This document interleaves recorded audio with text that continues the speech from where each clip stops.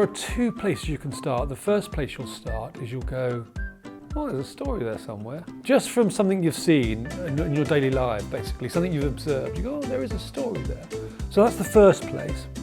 The second place you'll start is there's an emotional response to something. You'll be angry about something or intrigued by something. And so that's an emotional pull towards something. So there's an intellectual pull of like, oh, there's a story there somewhere. And there's an emotional pull of like, I want to do something about this. I'm useless apart from writing, so I'm going to write about it. That's what I'm going to do. That's what will show this situation to be the farrago that it is. If I write about it and not criticise it, but expose it. And by exposing, I don't mean that's a bad thing. Shine light on it, shed light on it. So those are the two areas. Those are the two starting points, if you will, intellectual or emotional. You read and read and read and read. So particularly if it's fiction that you're interested in, writing stories, that is the education. The more you read, the more you learn. Because as you read, each thing that you read, firstly, two things, you find out what you love. And that's the most important thing, is to find out who is the writer that speaks to you?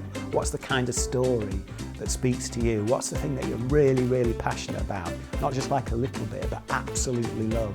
And the only way you find that out is by reading a lot. So that means going to the library, taking out piles of books, and and asking for books for presents when it's birthdays or what have you.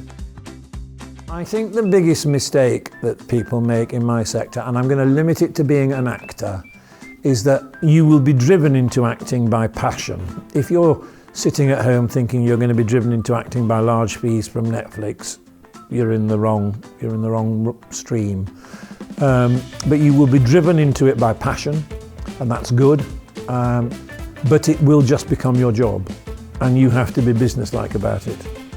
Because the ultimate thing that matters and that will get you work, even if it doesn't really happen until you're 50 or whatever, is you. You are unique. You are the best you there is.